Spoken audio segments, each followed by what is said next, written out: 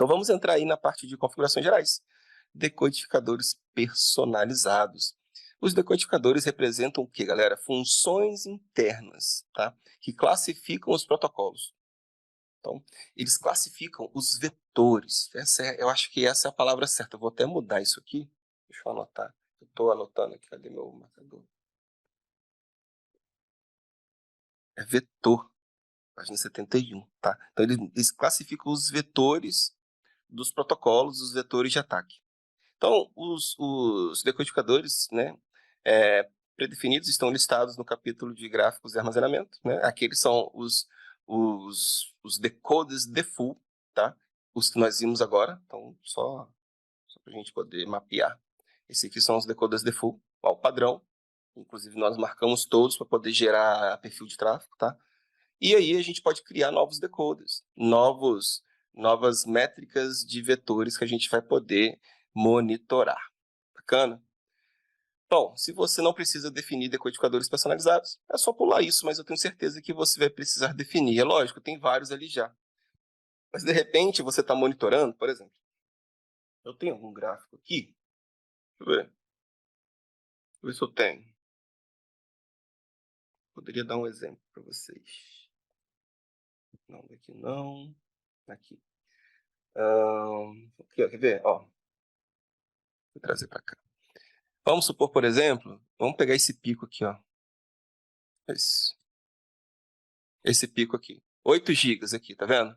8 GB e veio lá de Tsunami, o pico, lá embaixo. Deixa eu ver, não. Deixa eu botar aqui por Max. Isso. São Paulo, Rio de Janeiro.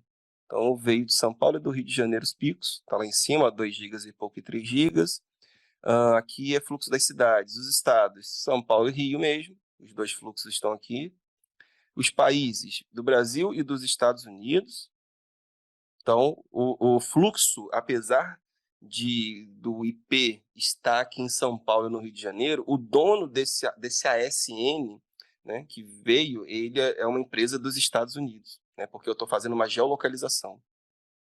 Mais embaixo eu tenho um continente.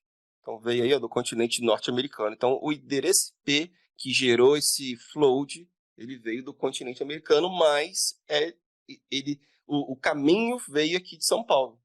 É uma empresa que está conectada ao PTT de São Paulo, entendeu? E que gerou esse float. Isso aqui é um float do Google, tá? Só para vocês entenderem. Então, por isso que eu tenho esse mapeamento. Então, olha só, é um AS dos Estados Unidos, mas que veio de São Paulo. Eu consigo pegar isso aonde? Na geolocalização. Isso aqui é muito Jedi. Então, qual é a porta? Qual é a porta desse vetor? Aí eu tenho que ir lá no meu monitoramento de portas, verificar qual é o clock aqui, o tempo do monitoramento, que vai ser aqui 18, qual é o horário ali, ó 18:02:10. Eu tenho que ir lá no meu monitoramento de portas, ver qual é a porta que foi usada no 18:02:10 hora, time, né? E aí eu vou ver qual é a porta. De repente, essa porta eu quero fazer o quê? Eu quero criar uma análise, um mitigador, né? Quero mitigar isso. Isso é um vetor para mim. Sem o perfil de tráfego, o perfil, meu Deus, o perfil. Sem perfil, vocês não monitoram nada, tá? O curso de NetFlow é muito legal, eu recomendo muito que vocês façam o curso de NetFlow. Não tem problema comprar gravado, eu sempre convido os alunos para poder reassistir as aulas ao vivo. Os cursos comunistas são sempre ao vivo, eu não gosto de gravar curso, entendeu? É um curso que a gente fala muito sobre gerência de perfil de tráfego. Então aqui, ó, a gente poderia criar um decoder. Aí tem um exemplo aqui, tá? Ó. Por exemplo, um decoder aí onde eu iria analisar o vetor do main cache, né, que é um ataque muito conhecido aí. Então, eu colocaria um gráfico para esse cara, uma cor de gráfico, o nome do ataque. De repente, eu quero verificar a porta 2222, entendeu? Então, eu posso botar um nome, porta 2222, uma descrição. Se eu realizar um método de mitigação para analisar, aliás, se eu for realizar um método de mitigação via flow, por exemplo, o parâmetro que eu vou passar na mitigação vai ser esse aqui, passando o protocolo e passando a porta. Então, essa porta aqui é a porta do meu decoder. Se eu for fazer algo relacionado, alguma mitigação relacionada a flow spec, eu vou passar os parâmetros aqui que eu vou passar. Então, aqui o protocolo UDP. Eu poderia passar aqui a porta, né? 11, 2, 11. Se eu for realizar, por exemplo, aqui um BPF, uma sintaxe de encaminhamento de tráfego para o kernel do Linux, então eu vou usar aqui o protocolo DP e a porta do main cache. Se eu for usar aqui o método de mitigação via DPDK, onde eu vou pegar o filtro e adicionar direto na CPU da interface de rede, ou seja, é aquilo que a gente conversou, né? Eu tenho o espaço do usuário, eu tenho o kernel Linux e tenho o hardware, entendeu? Eu bypasso isso aqui. Então, eu escrevo a informação direto na placa de rede lá, na Intel, na Chelsea e tudo mais, tá? E a mesma coisa com o IPv6, entendeu? Então, cara, não tem mistério que não. Não tem mistério não. É tranquilo demais. Quero incluir decoders do tipo IP, TCP, UDP e vários protocolos aqui que a gente vai ver. Não quero que esse decoder tenha, por exemplo, isso aqui é conflito decoder. Caso eu tenha algum vetor que tenha UDP ou inválido, eu não quero que conflite com essas informações, por exemplo. Tá? Vou fazer filtro por UDP, nesse caso aqui, porque o main cache é um protocolo que é um ataque que usa o protocolo UDP, tá? E se eu for usar a expressão lá do netfilter para fazer um filtro local, ou seja, o OnGuard está inline, né? Eu vou passar esse parâmetro aqui do netfilter. É o iptables ou o netfilter, nesse caso é o netfilter, né, que é o mais atual agora. O iptables foi descontinuado, o netfilter aí é o novo padrão, novo protocolo padrão aí de análise aliás, de firewall, né? Pegaram aqui a sacada? Esse aqui é um exemplo que dá para a gente seguir de boas, e a gente vai fazer outros exemplos também, tá? Por exemplo, aqui se fosse porta 22, né, como eu comentei com vocês, a gente colocaria aqui o nome, né, monitor, tracinho 22, 22, né? Dou uma descrição para ele e vou entrar aqui na sintaxe do fluxo. Cara, ó, para facilitar, entendeu? Isso aqui é um NF dump, tá? Tá vendo essa estrelinha aqui do lado?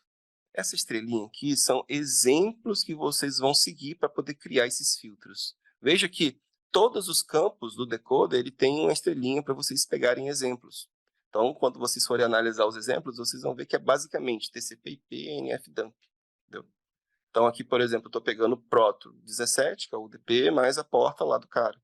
Então, toda vez que passar um fluxo no meu OnGuard, no protocolo UDP e na porta 11.211, eu vou classificar isso como, né, o main cache, ou no meu caso vai ser 22, 22.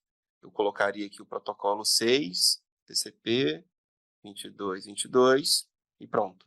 Estaria pronto. Eu não precisaria aplicar um flow spec se eu não quisesse, nem as métricas de pacote.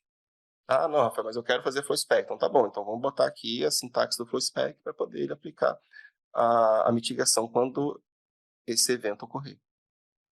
Entendeu? Então, essa parte aqui é muito legal, cara. O decoder, a gente vai fazer um monte disso, tá? Muita gente faz, todo mundo faz decoder. Entendeu? Decoder é legal pra caramba. Então, vamos lá. Então, basicamente, são os campos que eu acabei de falar, tá? O nome do decoder é um nome curto para ajudá-lo a identificar o decodificador. A cor dele. Então, ele vai gerar um gráfico, você precisa ter uma cor. Descrição do decoder, uma breve descrição. A sintaxe de fluxo. É a sintaxe usada pelo sensor de fluxo, né, e pelo filtro de fluxo. As estrelinhas, tá? Elas vão te dar exemplos. Esses exemplos do fluxo, como o OnGuard usa NFDump, então, basicamente, a sintaxe do NFDump. Entendeu? Para corresponder aos fluxos TCP, tendo apenas o sinalizador SYN definido, insira os sinalizadores S e não os sinalizadores AFRPU. É só uma observação. Por que isso? Porque tem um negócio chamado SYNFloat, né? E talvez você queira ter um decoder dedicado para isso. Apesar que já está pronto, né? Já vem por padrão, mas enfim. Bom, para combinar fluxos MPLS com label 0, né, você pode definir ali a correspondência, né, como 2, inserindo a métrica MPLS label 0 igual a 2. Então, toda vez que passar o label 2 do fluxo, eu vou ter o monitoramento disso. Por exemplo, por que eu poderia ver isso? Né? Eu gostaria de monitorar a quantidade de vezes o fluxo que eu tenho para a rota 2. O label basicamente é uma rota, tá? Grosso modo aqui, a gente não está falando de MPLS, né? Mas é um caminho. Então, labels são caminhos, né? Então, eu quero monitorar o fluxo para aqueles caminhos. E como eu posso ter vários caminhos, né? Eu posso ter em uma interface várias VLANs indo para vários caminhos diferentes, então é muito legal. Para combinar pacotes Memcache, insira proto17 e a porta, né, dele. Então, por exemplo, eu quero fazer um decoder de portas. É essa função que eu vou usar, esse exemplo do Memcache. Entendeu? FlowSpec, vamos inserir a expressão do FlowSpec se você pretende usar o BGP FlowSpec, como eu falei com vocês, para poder fazer o direcionamento de tráfego. A gente vai fazer lá a sintaxe. Tem uns exemplos, né, gente? Então fica fácil. É só seguir esse exemplo que eu deixei para vocês aqui, ó, que vocês vão conseguir. Clique no ícone da estrelinha. Eu acabei de falar isso aqui, né? Para você poder ver alguns exemplos. Então, para combinar pacotes Memcache, está aqui o exemplo. Porta, protocolo, né? O BFP é a sintaxe usada pelo pacote de sensor, né? E o pacote de filtro, quando o parâmetro de Capture Engine não está definido para DPDK.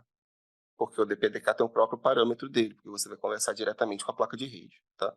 E para combinar os outros, né, TCP com sinalizadores SYN, insira a flag TCP, aí bota a flag aqui dentro, e TCP SYN, diferente de 0. Entendeu? Por que isso? Porque o SYN tem que vir com 0. Entendeu? Se não vir com 0, o SYN tem payload. Se tem payload, mano, essa porra é um ataque. Entendeu? Já dropa essa meleca logo. Então, só para a gente poder sinalizar aqui, né? Sinalizar a parada, a gente tem que entender isso, né? Tem que ficar claro para a gente. Então, ó, rede, né? Roteador de borda, trânsito IP e XBR. Só que Dieguito tá no X, tá? Dieguito tá no X agora, tá? E você veio pelo X, entendeu? Veio pelo X. O que nós temos aqui? Vanguard. Tá aqui, por exemplo, com o método de captura de pacote. Muito rápido, né? Vai pegar aqui. Então, o Diego foi lá, fez um ataque lá na porta 2222.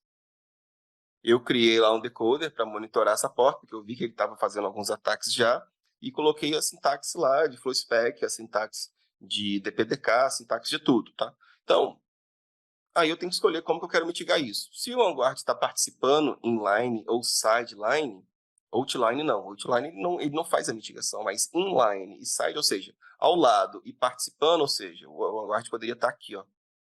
Poderia estar aqui o Vanguard, e depois do Vanguard outra interface de rede, e a rede. Switch, OLT e vai embora. Só que não é uma... Cara, olha que topologia não aceitável, porque o Vanguard, mano, ele é um ponto de falha.